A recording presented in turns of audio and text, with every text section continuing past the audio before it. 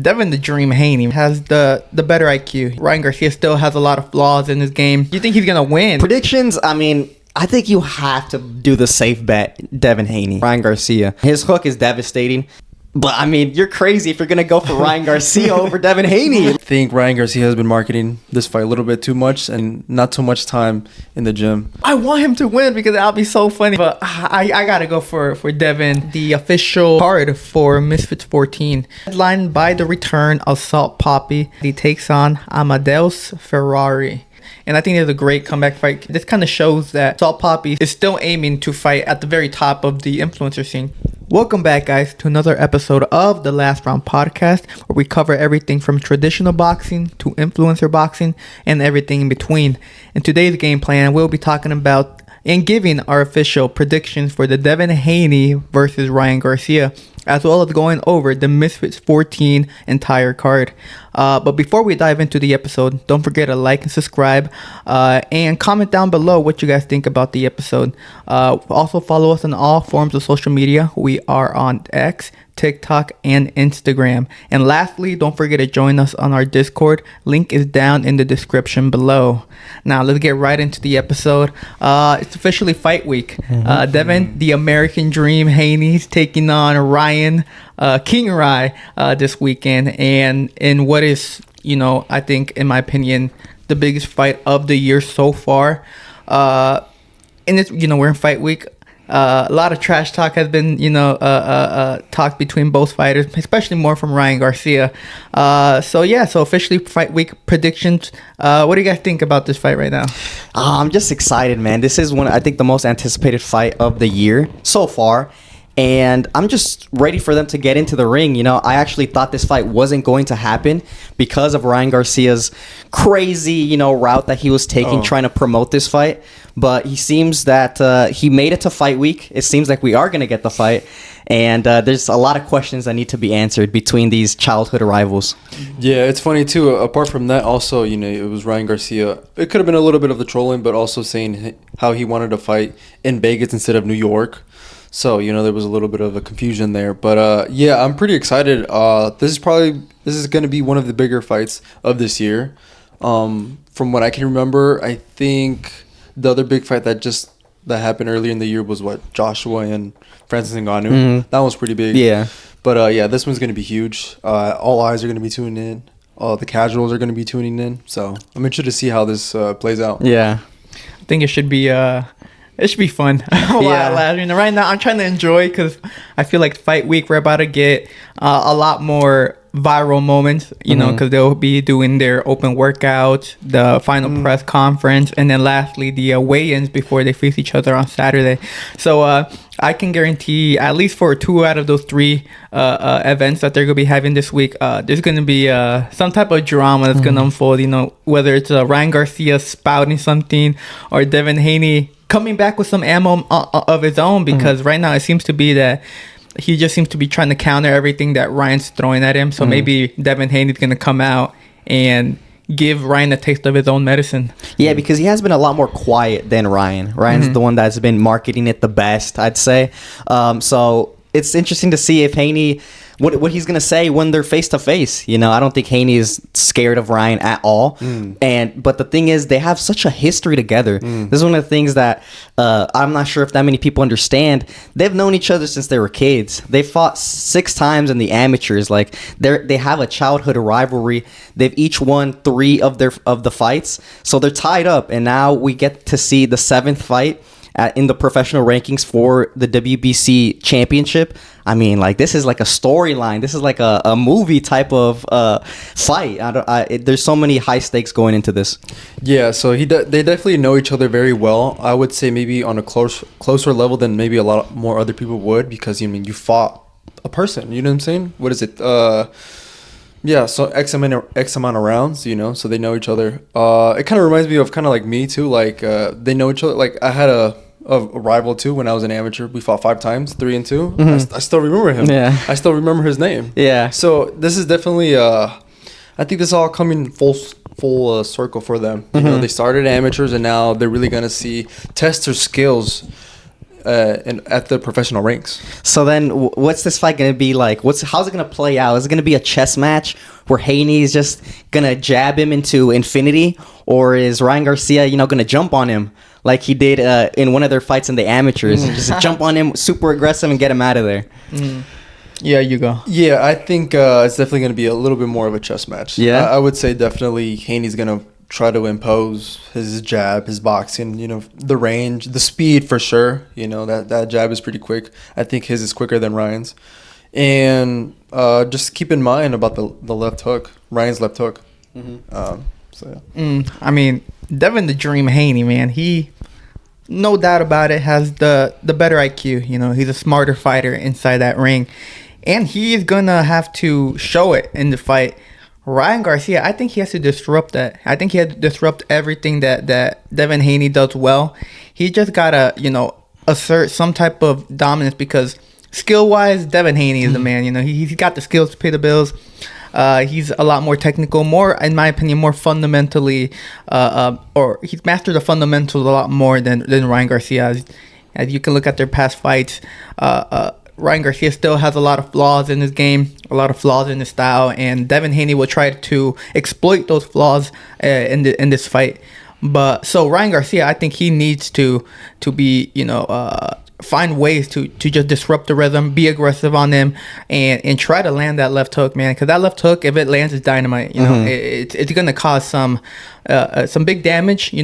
People criticize Haney because they're like, oh, he's very chinny, even though he's never been dropped. But I mean, he has been hurt, and when he's been hurt. I guess Lennar is, the one that they always showcase. Had him on Bambi legs. Yeah, he got on Bambi legs, and it took him nearly the whole round afterwards to recover. He just played just running around clinching. And Ryan Garcia has a better chin than him, honestly, even though he's been dropped. But it never looked like he was actually hurt. I don't think I've ever seen Ryan Garcia hurt. He's been dropped, of course, but there has to be a difference between getting dropped and not being hurt, or just getting hurt in general, Yeah, he got hit by one of the hardest punchers pound for pound, Gervonta Davis, on a counter, perfectly on the chin, and 2 seconds after, Ryan Garcia got up. So Devin Haney has no chance of winning this fight by knockout, but he's not going to hit that one-punch knockout and make Ryan Garcia KO him out cold. So I think that's Ryan Garcia's key to victory. Just like you said, he has to land this left hook. It's no secret that, this guy relies on his left hook for everything. So he has to land this left hook. He can't let Devin Haney just pick him apart from distance, because that's what Devin Haney's going to do. I mean, when you get in the ring with Devin Haney, you're not scared of like, well, what is he going to do? How is he going to fight me? No, he's going to use his legs. He's going to use his jab, his distance to just pick you apart from a distance. If Ryan Garcia allows that to happen, he's just going to get outpointed 12-0. Yeah. So I think he has to be aggressive and take risks, but he can't get reckless, because we've seen him get reckless with Tank Davis. I mean, he just tries to jump on you and out aggressive you, kind of scare you, but that's not going to work with these guys. I mean, these guys are elites. They're not going to get scared over a little bit of aggression. So I think Ryan Garcia, he does have to be a little aggressive. He does have to, push the pace, but he can't get reckless. He can't get back into the bad habit of dropping his hands down and just start swinging punches, because then Devin Haney is going to counter him. Yeah. Do you think, we mentioned that, his power isn't there, but do you think there could be some type of increase in his power now that he's moving up? His last fight against Regis Prograis, he dropped them. He hurt him several times. Well, that's what a lot of people are saying. They're like, a lot of people are I see a lot more prediction, because, when you watch Devin Haney, you never say, oh, he's going to win by knockout, right? Just sweet science. Yeah. They call him, dude, his nickname is Pillow Hands. But that's what I'm saying. People, normally when they say, oh, how, Devin Haney's going to win, but he's going to win by scorecard, they never say he's going to win by knockout. But now that he moved up to 140 and he dropped Regis in his last fight, and people have been trying to give their predictions for this fight, I see a lot more people inclining towards Devin Haney winning by knockout. I mean, a lot of people, the vast majority, of course, are going to say he's going to win by decision. But there is a lot more. I've seen a lot more people predict that he's going to win by knockout than in any of his other previous fights. Do you think that's just a big factor based on his last fight? Yeah, this is true. Haney definitely sold himself. I think in that Regis fight, he opened a lot of people's eyes that he was killing himself to make 135. You know, Devin Haney is a very big fighter, and I think when he was making those weight cuts to 135, he was just too dehydrated to have any power, any real physicality inside of the ring. So that's why people pushed him off and said, you know, pillow hands, he can't do anything in the ring, he's just gonna outbox you. But that Regis fight, I mean, it really showed a lot of people that with the extra weight that he was able to put on, he does have a little bit of physicality in there. You know, he's not just a pillow hands. He has some power. He has some pop, especially because of his precise shooting. He's a precise puncher, and if he lands, you know, the correct punch, I think he can drop people, but I don't think he can drop Ryan Garcia, or I don't think he can even KO Ryan Garcia. I mean, Gervonta Davis, we're talking about one of the pound for pound hardest punchers in boxing, wasn't able to knock out Ryan Garcia with the headshot. He had to drop him with the body shot, and then controversially, Ryan Garcia quit. You know what I'm saying? Do you think Ryan was hurt more when he got dropped by Luke than by Tank? I think they were both. I mean, it looked both 2 seconds after he got dropped, immediately he sprang up. This is one of the things about Ryan Garcia. His chin is it's a very unique type of chin that he has. I mean, you're able to drop him, but he's also not hurt from, it's kind of like a flash knockdown, I feel, where he goes down, but immediately he's up. His legs look fine. It doesn't look like he's very on Bambi legs or he's wobbling a little bit. So I think his chin will definitely hold up to a guy like Devin Haney, especially if Gervonta Davis wasn't able to just bully him around with his power. So I'm not expecting the power of Haney to play that big of a factor in this fight. I'm expecting like an increase for sure. I've seen, you know, the videos of him working out with, you know, in the weight room and stuff. I see the weight that's on those racks. So I'm definitely thinking there's going to be definitely like a big increase, maybe like a 5%, 10% increase in power, punching power. Yeah, he's a lot more physical in the ring, but I don't think I just think even Ryan Garcia is looking very big. Yeah, he's gonna have to kill himself for the weight. Yeah, those podcasts that he's done with like Ariel and all these type of guys, he's looked like a very big guy. It looks like he definitely has put on a lot of like muscle mass. So I think he's gonna be coming in as well with a lot more physicality. He's also another guy that was killing himself to make 135. I think this weight is good for both of them. There's no rehydration clause either, so we're gonna see the best of both guys. You know.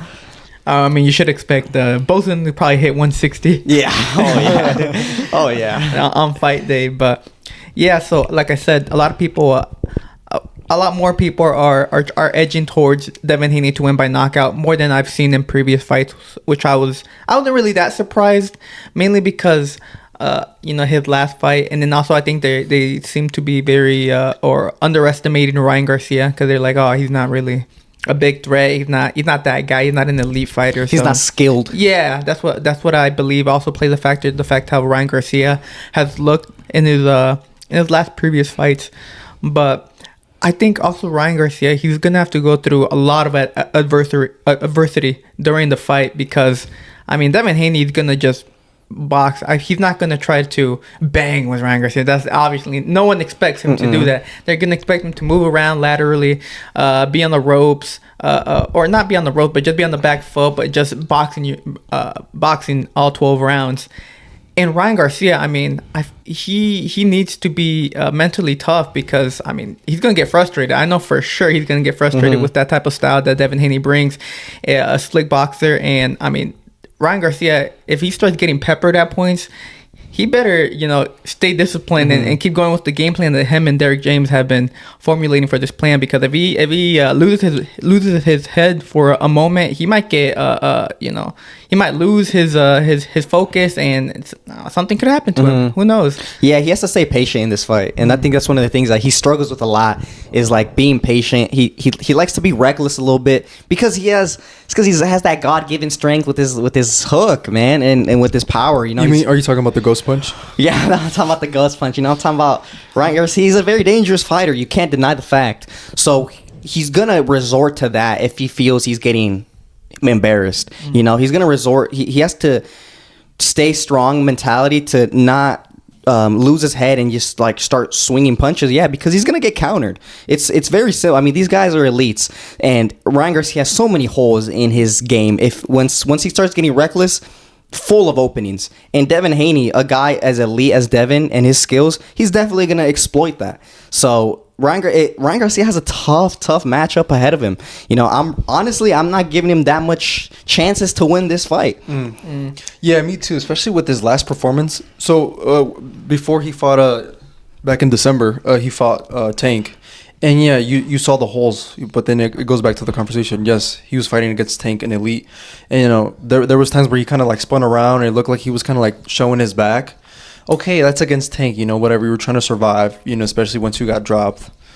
But against Duarte back in December, like, he was also doing that type of stuff. He was also being impatient. He was also throwing when he shouldn't be, kind of turning his back, relying really heavily on the ref to stop Duarte.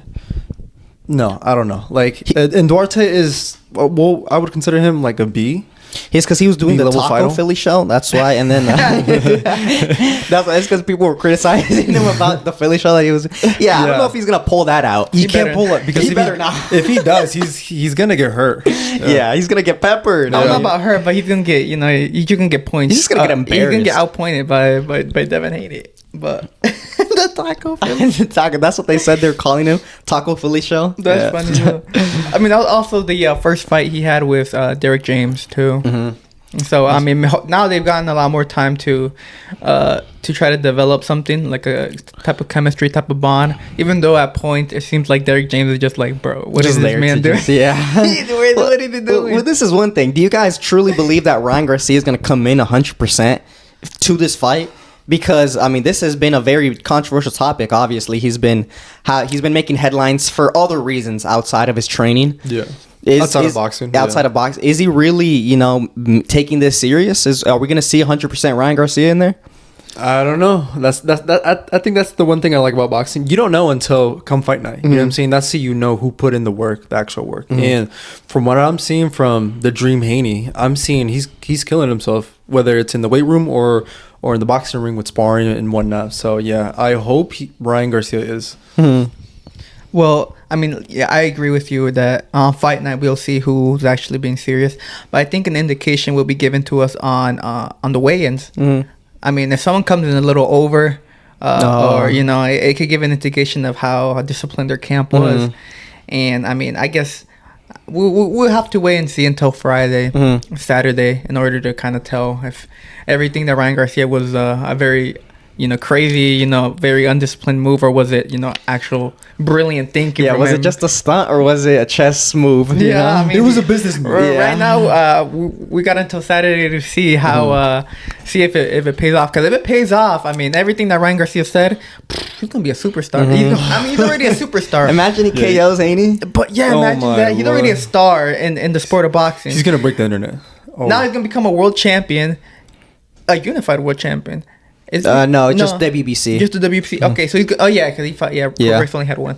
So he's gonna be a world champion, and then people are gonna be like, "Yo, this man is him, bro." Like people are gonna want to see him more because, you know, he's fun. I mean, very controversial outside of the ring, you know, on social media. But I mean, he proves it. Yeah.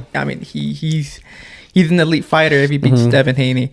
But I don't know. Do you guys think that's gonna happen? He's gonna get the KO. You think he's gonna win? Predictions.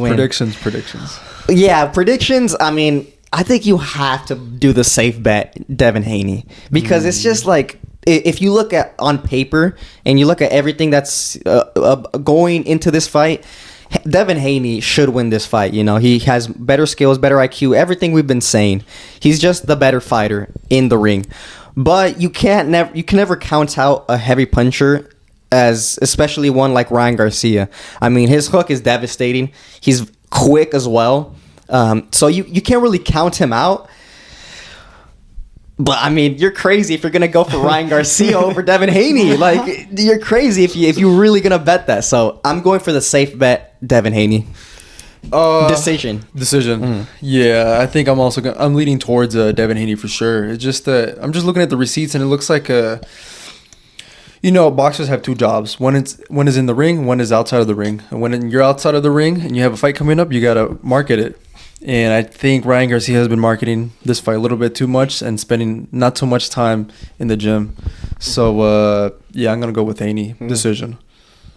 Well, you know, I kind of want Ryan Garcia to win because I want to see. I want him to because it'd be funny. It's the same.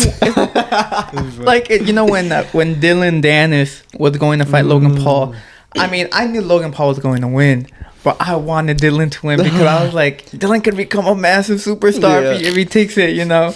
This is the same way, you know. I know that I'm feeling that Devin Haney will win. He will get the UD on Ryan Garcia, but I want Ryan Garcia to win so bad because I'm like, it's gonna be so funny if he does win. Because if he wins, I can guarantee you, he's gonna have a crazy post-fight he's gonna talk his shit. And then there's gonna be some tears, you know, because he's gonna become a world champion. And then he's gonna call out probably Crawford, and then call out Inoue like he's been calling them out on social media.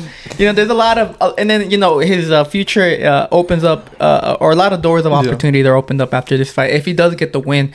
So I want him to win because that'll be so funny, right? But I gotta go for Devin, the Dream Haney to take the UD decision over Ryan Garcia. So that's my official prediction. Yeah, and if Ryan Garcia wins, it's gonna be by knockout. So that clip is just gonna go mega viral. It's gonna be super good for boxing. If Devin Haney wins, 9 times out of 10, it's gonna be from decision, outboxing, outpointing him. So it's not gonna be as viral. So I mean, if we're talking about what's going to be beneficial for boxing, Ryan Garcia should win. Plus, I hope that if he were to win and he wins by knockout, I hope he runs up to Derek James and gives him a big old hug. Just when Ryan knocked out Luke Campbell and he went up to Eddie Reynoso and they just kind of hugged him. He just kind of carried him. They did do that. I hope Derek James picks him up. He celebrated like he won a world title there. That's what I'm saying. Imagine that he celebrated like that against Luke Campbell. Imagine how he would celebrate if he beats Devin Haney. Now that he actually won. Yeah. Oh, dude, I'm telling you, there's gonna be tears. It's gonna be tears. It'll be a big moment too. I don't blame him for acting that way, but I'm just saying that that's probably what's gonna happen if he does get the win. So we all three are in agreement that Devin Haney will get the victory over Ryan Garcia this Saturday, 4:20. 4:20. Live on the Zone. There's also a couple. They've already announced the main card for that. So we also have the return of Arnold Barbosa Jr. Oh yes.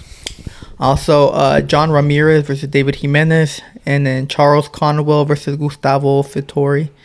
So I mean, honestly, I think the undercard is a little bit weak. Pretty weak, yeah. It's a little weak in that aspect because I mean, I think what are they charging, like $80? Yeah, $80 for this pay-per-view. So I mean, you're really essentially, I mean, if you're a hardcore boxing fan, I guess you are trying to tune in for at least some of those fights, like maybe Charles Conwell or Barbosa.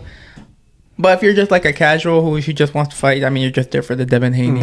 And I don't think the undercard is that good. I think a lot of people online weren't that satisfied with it. Yeah, for $80, I mean, it's not going to live up to that amount of standard. You know, the Zone should take a page out of the UFC 300. See that lineup? It was crazy from start to finish. So yeah. But so that's our official predictions. Ryan Garcia takes on Devin Haney April 20th, live on the Zone. Fight week should be big. I'm expecting some very big moments to happen prior to the fight, and hopefully we're all entertained for that. Switching over, let's talk about influencer boxing for a bit. You know, we finally got the official card for Misfits 14, which will be taking place in London on May 14th, I believe. Let me check real quick. In the O2, yes? Oh, well, May that's coming 11th. up. May 11th. May 11th. Yeah. In less than a month. Headlined by the return of Salt Papi as he takes on Amadeus Ferrari, former MMA fighter. So Salt Papi returns, which I'm glad he finally returns. And the thing is, he returns before Slim. Yeah, I'm like, okay. Because he's more dedicated. I think he is, yeah. But Salt Papi returns as he takes on another former fighter because he's already taken on, I guess Josh Buckner was at, he's fought MMA, but he's more YouTuber, so I guess he doesn't really count that. But he at least fought Anthony Taylor. He fought Slim. You know, Salt Papi has been taking some hard fights, man. I'm not gonna lie to you. He's taking a lot tougher fights than like 90% of the influencer scene. But in that same card, we have the return of Julie Polka as she takes on Barbie or Six. I don't know how to pronounce her name. I think it's Barbie. We also have Mist versus Ryan Taylor. King Kenny versus Adam Brooks. The lightweight Misfits tournament. Argentinian King versus Meals with Max. And Temple Arts versus Ben Knights. So, in my opinion, I think there's like 3 of the 4. Actually, it's not that bad of a card. I'm not gonna lie to you. What are you guys' thoughts about Salt Papi's return, though? I'm mainly interested in Salt Papi's return. Yeah, maybe in the lightweight tournament, if it was like Waleed or something like that, I'd be a little more interested. But 2 of those guys, they're very unknown. So, but with Salt Papi, I mean, I've always been a big proponent of him. He's a guy that's, in the gym, just training, working his ass off. He's made a crazy transformation body-wise. And it looks like he likes the sport of boxing, He's a fan of it, and it looks like he enjoys doing it. So I've always been a big fan of him. Sadly, he got the KO loss against Slim. That shit kind of hurt me, bro. I ain't gonna lie. Because I was rooting for Salt Papi. But, with this, I mean, I think this is a good comeback fight because this guy isn't well known, right? So he doesn't have that big of a name. He's not an influencer type of guy. I don't think it's that good for that reason. I think it's mainly good for the fact that this guy is like a journeyman type of fighter. Yeah. He has experience in fighting. So he's not just like some YouTuber that just got off the couch 6 months ago and then is going to get a fight. He's a guy that, has been training martial arts for a good amount of time in his life. So it's a good test, especially coming off of that Slim KO. I think this is, I think it's just a good test. And I think I'm expecting a lot from Salt Papi. For me, I'm kind of surprised too that he's coming back before Slim. But I'm happy that he's coming back. Hopefully he comes back as the Salt Papi that we once knew him. Hopefully he just comes in, gets a highlight KO or gets the win, and then goes back to the trying to get the world title again. Other than that, the other fight that I'm actually curious about is Barbie. She is the only boxer that I've seen that wears makeup while in the boxing ring. Crazy. I've never seen anyone else do that. That's not allowed. I feel like it shouldn't be legal, but Yeah. it's Misfits, they do 2v2s, they do fucking everything, so yeah. Yeah. Well, because she's like she's tall, Like and 6 feet, man. and she goes forward, so that's kind of scary. It's just a 6-foot girl with makeup just coming at you. Kind of scary. That's scary. That's scary, bro. Oh, you won't do good in the bars. But no, Salt Papi, yeah, I'm very happy he's coming back. He is, often criticized a lot now because, the hype train was there when he debuted against Halal Ham back on the undercard of Deji against Wasabi. And then the hype train grew even more when he fought Andy Worski. And then the hype train was at its peak when he fought Josh Buckner. He stopped 2 out of those 3 fighters. So, Salt Papi had so much hype to his name before he took on Anthony Taylor. And I do believe that Anthony Taylor fight really was a bad move from him and his team.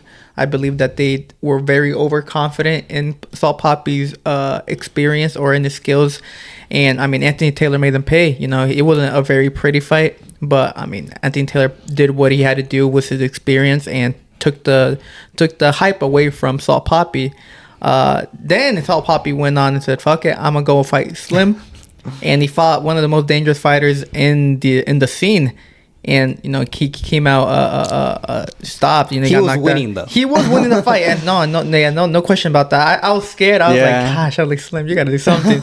And he did something. And he did something. He was able to get the stoppage win over Salt Papi.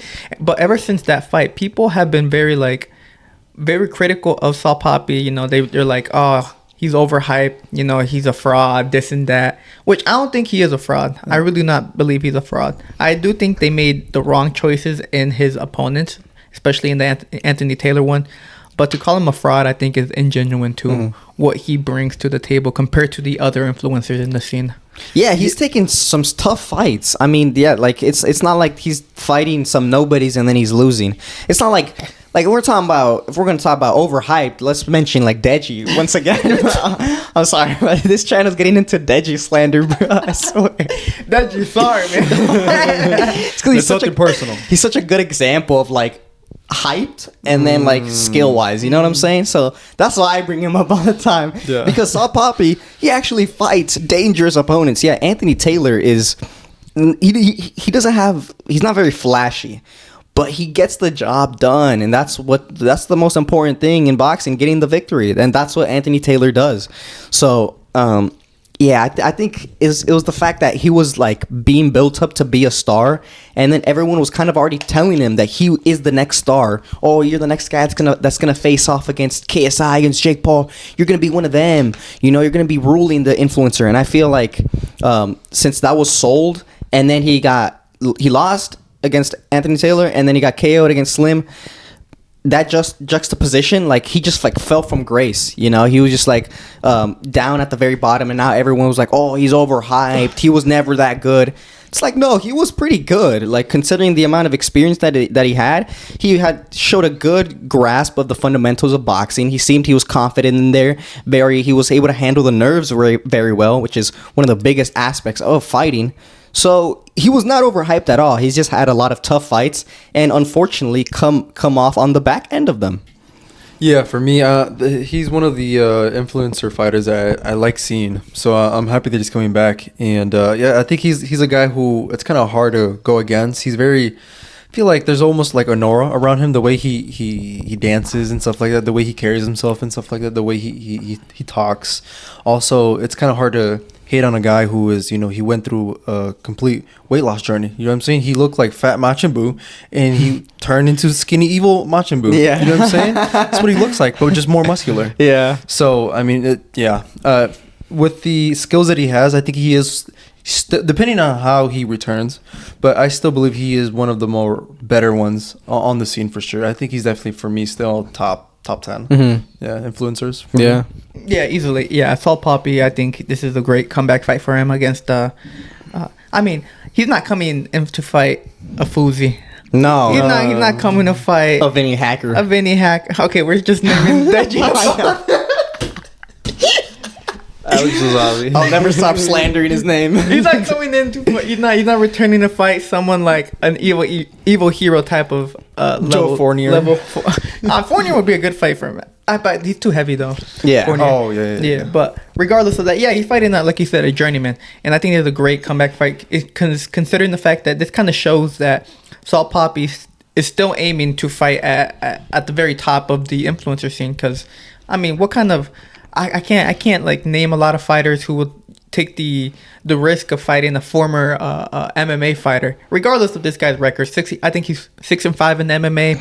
He's fought like maybe 2 or 3 times kickboxing and maybe like twice in boxing. So I mean, he's fought in 3 different combat sports, and I mean, on paper he doesn't really have the best record, but he's still a very experienced fighter, and that's really all that matters in the influencer scene. You know, what the fans see. And I mean, if Salt Papi is able to just dance on him, is able to showcase, you know, his skills and showcase maybe even more than what he has shown in his past fights, then I do believe that the hype train, or at least some type of credibility or you know, actual trust in him, you know, to be able to perform at that level, will be reinstated back to him, because I feel he's got to earn the respect again from fans. Yeah, because I mean, if you really wanted a paycheck just to fight, he could have fought another guy with no experience, some YouTube influencer barely getting into the ring. No, he's fighting some guy who has experience in the ring in different martial arts disciplines. So this is gonna be an interesting test for him, because just also coming back from a KO loss, there's a lot of questions surrounding, your mentality, your chin, all of this type of thing. So hopefully he puts them all to rest and he comes out swinging, Yeah, I think it's what you said. It's going to be interesting because, it's a guy who has fighting experience, but, I mean, he's coming back from 2 losses, essentially. So definitely he has to put these the wheels back on the track, you know what I'm saying, and get everyone on board on the Salt Papi train, hype train. Other than the Salt Papi and Ferrari headliner, the other fight I'm very excited for, because you mentioned the Barbie. I'm more excited about the King Kenny and Adam Brooks, honestly. Who's Adam Brooks? Adam Brooks fought this man called Rhino back on Misfits 11, headlined by the Jarvis against B Dave, and he stopped Rhino. I think it was one of the better knockouts in Influencer. He stopped him pretty good, and he has some skill. I think he does come in to fight. He's not going to be scared of King Kenny. He shouldn't be scared. I think it should be a good fight considering the fact that King Kenny, his last fight was against Anthony Taylor. He lost, and I mean, it shows that King Kenny doesn't really fight well when someone pressures him. So I mean, if Adam Brooks is able to dog it out like he did in his last fight, and just show him no respect, I think it should be a pretty good fight, especially if King Kenny's coming in to try to show everyone like a different side of him. You know, one who's maybe not afraid of exchanging on the inside, because well, he doesn't really exchange on the inside. You know, he's a very rangy fighter who just try to box you. So I mean, if King Kenny decides to come in with that type of mentality, I think we should get a cracking match in that fight. But besides that, I think the card overall is not that bad. I think it's pretty good. I do wish for the Misfits tournament we would have gotten maybe another fight in there. Yeah. Maybe not just the one, which is the Argentinian King versus Meals with Max, which Meals with Max is the late replacement. Because Asmanian Devil, who was supposed to fight Argentinian King, got injured in camp. So he had to pull out, and Meals with Max has taken his place. Now, Meals with Max, I have no understanding of what he does. I guess he does like food type of mukbangs, content, maybe perhaps. Boxing wise, I know very less about that too. So I can't really put much judgment or give my really big insight about that fight. So I guess we'll have to either just wait until the fight or do our own research at our own time. Yeah. But yeah, besides that, I think it's a pretty decent card. I mean, I don't know, because King Kenny, I think he has a specific weakness. You know, I think it's well known. If you pressure him, get him on the back foot, you're most likely gonna win. Yeah. But he never really has that much entertaining fights. That's, you know what I'm saying? Because if he wins, then he's gonna outpoint you, kind of outbox you. Yeah. But like, if you beat him, I guess it might be a little entertaining. But even then, I feel like he runs sometimes. Anthony Taylor made it so boring. Yeah, and Roxu beat him, or Ashley Roxu. Yeah. When Roxu was pressuring him, King Kenny was just not throwing any punches, and then he got criticized because he was not letting his hands go, because he was just like running basically, essentially. So I feel like King Kenny, I feel like he has a very big name, a lot of hype, but he hasn't penetrated like the top ever. He always loses, and then he gets criticized, and then I don't know. Yeah, it's just like one of those things where he's not really at that level. Yeah, I'm not sold on him. Yeah, he's kind of boring. He just kind of like boxes and he expects his opponent to just not throw or whatever, or just kind of stay there and just take it. Because then the second the opponent just puts his hands up, starts going forward, he just kind of gets lost. Yeah, I feel like he hasn't improved like much. I feel like he just stagnates. He kind of like does the exact same thing every single fight. So like he just has a blueprint to beat him, you know. So I'm not that interested on that fight, honestly. I've never been a very, very big King Kenny fan. One for the women's though, I think Julie Polka actually is a pretty entertaining fighter, because she actually comes to fight. She actually comes to like swing some punches, and she hits pretty hard too. So that fight, I think actually that fight will probably be a little entertaining, because they're gonna like go forward and clash against each other. Both of them go forward, and they don't want to take a step back. And they're tall too. Julie Polka is tall, but Barbie's huge. She's a mammoth. Barbie was Barbie was on the Kingpin tournament, and she was just absolutely just on a destructive path. You know, she just beating everyone, and I mean, of course, the tournament never ended because the whole bankruptcy and everything that happened. They went under. So we never got to see her actually win. I do think she would have won though. I mean, she beat. She beat. I don't Brooke. remember. I think she beat Brooke's sister. Yeah. Like she whooped her too. Yeah. But she never took a step back. She was just going forward. So I mean, Barbie is a very good opponent. I think this is also her. Is it her debut? Misfits debut? I think it is her Misfits debut. It could be, yeah. I don't think I've seen her on Misfits. And I mean, Julie Polka is the female champion, so it should be entertaining. It should be entertaining. Like you said, Julie Polka does come in the fight, and she does have pretty decent power in her punches, and she's pretty entertaining. So, I mean, if you have those two clashing, then I'll understand. I don't see how it ends in a boring fight. Yeah, this is true. But so that was Misfit 14 headline Salt Papi versus Amadeus Ferrari, May 11th in London. And also, Mams Taylor announced that Misfit 15, I believe, was also going to be in May.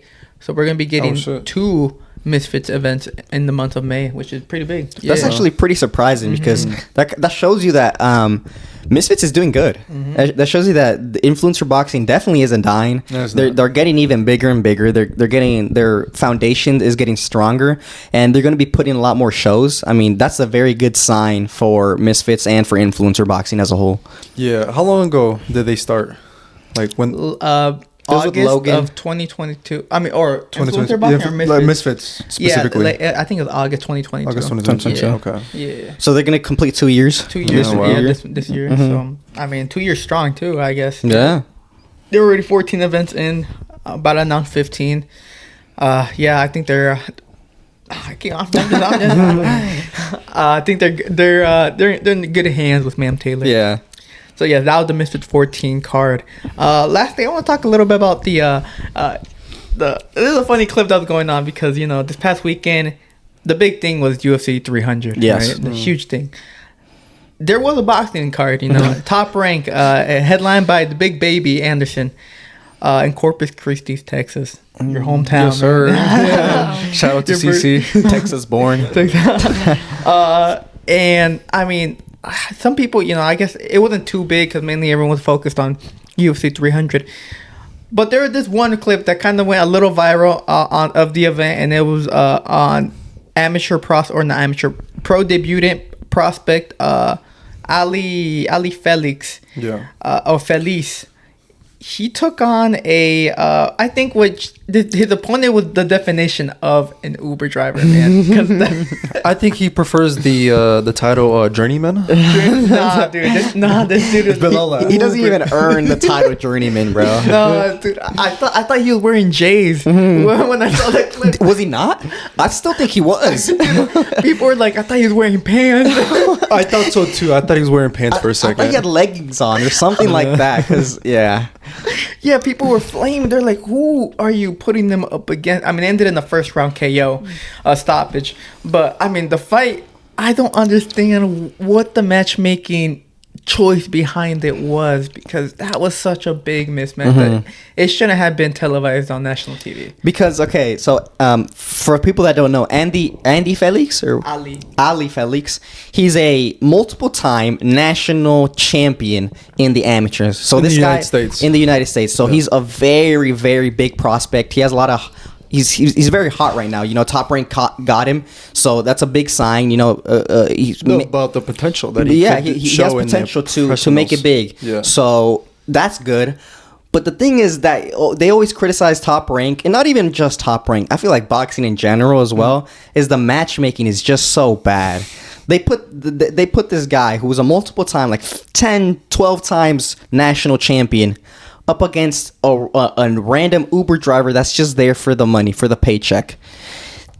Why? Like, what's the point of this matchmaking? They just do this to build up the prospect to get a KO, but all the boxing fans know it was a mismatch, and all the boxing fans, if you look at the comments on that viral clip, everyone's saying, where did Top Rank find this guy? Like, he was just in there for the paycheck. Yeah.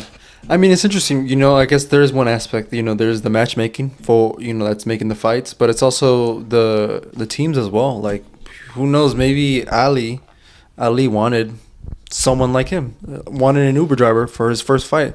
You never know. So, I mean, yeah, I would say before the hesitation to criticize the matchmaking, I would say it's a two-way street. There's multiple parties that are involved for sure. Well, I mean, I don't know. Yeah, if I was Top Rank, I'd be like, so you're a 12-time national champion. Okay, you've competed at the highest level of amateur boxing. Okay, you have dreams of becoming a boxing world champion. Okay, your first fight, you want to fight a Uber driver?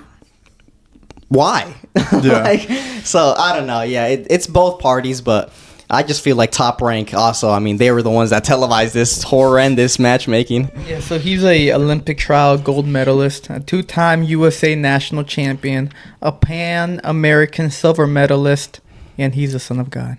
So yeah, he competed at a very high he's level. an international fighter. Not even just nationally. He competed in international tournaments, which is like pretty much the highest step in amateurs. Yeah, fighting nationally. Yeah. So I mean, the matchmaking. I remember I saw the clip and I was like, "Is he wearing J's?" Like, look at the comments and people were just flaming the guy, and I was like, "Dang, that's kind of crazy." That they put him up against this man. They're like, "What is bro wearing?" The outfit is not for a boxer. Bro. He did look like he had that body frame of an Uber driver because it looked like he never picked up gloves in his life. Up until No, then. he was like completely out of shape. Like this guy isn't a boxer. Let's be honest here. Yeah. So that was the very. I mean, I briefly have touched upon a little kind of funny or Funny clip that went viral. Funny clip that went viral on boxing. Yeah, this past weekend on the Top Rank card, headlined by Big Baby, and also about the big. We're not going to touch upon the Top Rank very much, but because we didn't even watch it first of all. But we're zoned in on that UFC 300, baby. Yeah. People were saying that the Big Baby fight was one of the most boring fights in heavyweight history. They're like, his opponent was just running around like for 10 rounds. They didn't want to engage, and Big Baby couldn't take him out. So people were saying that they were like, this is the worst boxing fight I've ever witnessed. And I mean, Big Baby Miller is a very polarizing figure at this point now. You know, he's a big heavyweight prospect, but I mean, he just cannot keep his life straight outside of the ring, and it's played a factor into people's perception about him. So I mean, and he couldn't get the knockout win against someone who was just kind of running around. I guess it's a bit tougher to fight someone like that, but still, to be dubbed the worst or the most boring fight in heavyweight history is a very big telling of how the fight went. Yeah, and also coupled with the fact that Big Baby Anderson. Wrong Big Baby. Big Baby Anderson. I mean, Tyson Fury gave him like the kind cosign. The cosign, passing of the torch. He was saying he's the future of the heavyweights, American heavyweight. So he has a lot of hype around him, or he has a lot of pressure on him. So, for him to give these type of performances, I mean, okay, it's fine. He got the win, and he fought a guy that maybe didn't want to fight him. Okay, that all makes sense, but you're not gonna at the end of the day, you're not going to progress in your career if you continue to have these type of fights, man. Like, if you want to get the cosign and actually live up to that, I mean, you're going to have to start getting some KO wins and going viral for your boxing fights, not your interactions with the law. Yeah, the law or the ring entrances, because I know he's a big proponent of that. Yeah. One of the people, actually, speaking of the people who were just disappointed in his overall performance, was Gervonta Davis. And he tweeted out before, I'm pretty sure it got deleted, but he tweeted out saying, "Boy, dumbass, ... Someone in the comments responded saying, "Well, you watching Champ?" And then Gervonta said, "A weak-ass heavyweight. I turned it off." That's hilarious. So then even Gervonta Davis, who, I mean, he's a boxer, so he loves boxing, he couldn't even withstand watching that fucking fight. So, yeah, like, come on, man. It tells you a lot about the performance, even though we didn't watch it, but it's a good thing we did it, right? Hey, we made the right choice to tune into Holloway versus Gaethje, man. That's funny. So that's the very, very briefly touched upon the Big Baby headliner over in Corpus Christi by Top Rank. Is there anything else you guys are wishing to mention right now? Talk about? I think we got it all. That's fine. Yeah. So let us know down below about your predictions about Ryan Garcia and Devin Haney. Does Ryan Garcia have a chance to knock out Devin Haney or to even win the fight? Or do you think Devin the Dream Haney is too much of an opponent for Ryan Garcia? Let us know down below. Also, let us know about Misfits 14. What are you guys' favorite fight for that one? Is this a good opponent for Salt Papi? Lastly, don't forget to like and subscribe. Also, comment down below what you guys think about the episode. And don't forget to follow us on all forms of social media. We are on X, TikTok, and Instagram. Lastly, don't forget to join us on our Discord. Link is in the description down below. But this was your boy Pablo, and I am with Rudo and Asa. And this was the Last Round Podcast. Thank you for watching.